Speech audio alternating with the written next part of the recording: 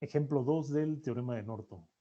Utilice el teorema de Norton y obtenga la corriente I sub 0. Este ejemplo también lo hicimos para Thevenin, ¿sí? Entonces, vamos a empezar obteniendo lo que es la resistencia de Norton. Entonces, se pasiva el circuito y se retira la resistencia de carga. Aquí es donde estaba la resistencia de carga, y para pasivar el circuito, recuerden que como es una fuente de corriente que estaba conectada aquí, se deja abierto. Entonces, observamos que al quitar lo que es la fuente de corriente, ¿sí?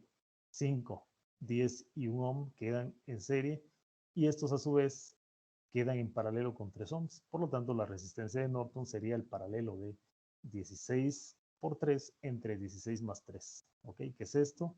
Y me da 2.5 ohms.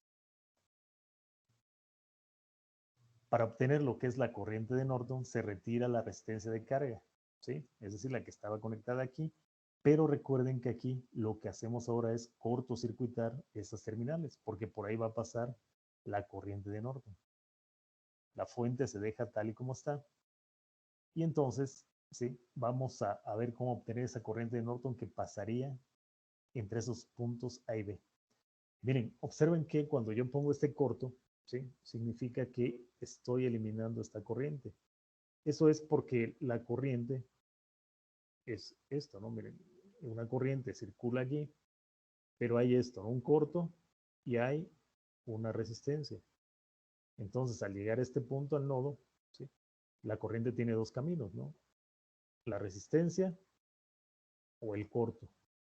Pues la corriente entonces se va por la parte donde no hay resistencia a ella, es decir, por el corto. Y entonces por eso decimos que esta no la tomamos en cuenta. ¿Qué es lo que sucede aquí? O sea, la corriente realmente va hacia acá y omite este camino.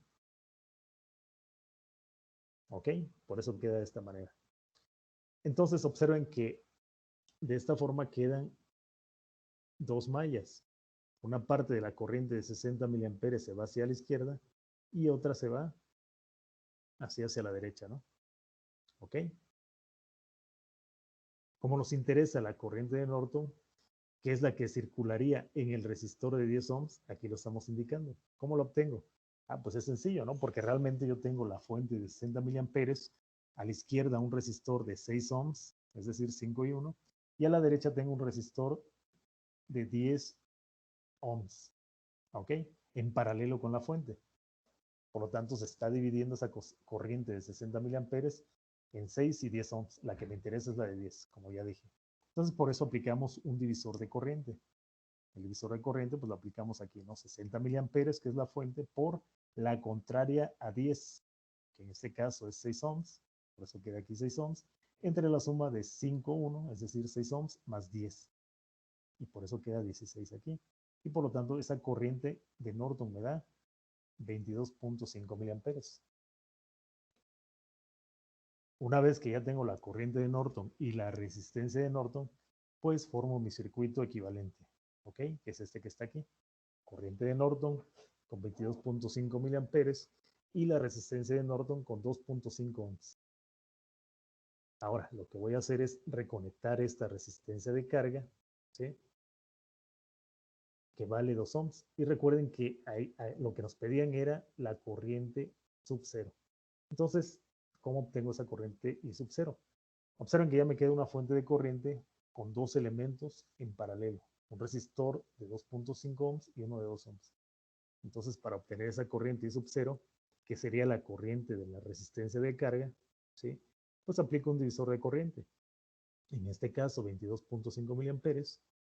La contraria a la cual quiero saber la corriente I sub 0 sería Rn, 2.5 ohms, por eso aquí. Y después la suma de 2.5 y 2. Por lo tanto, la corriente I sub 0 sería este valor.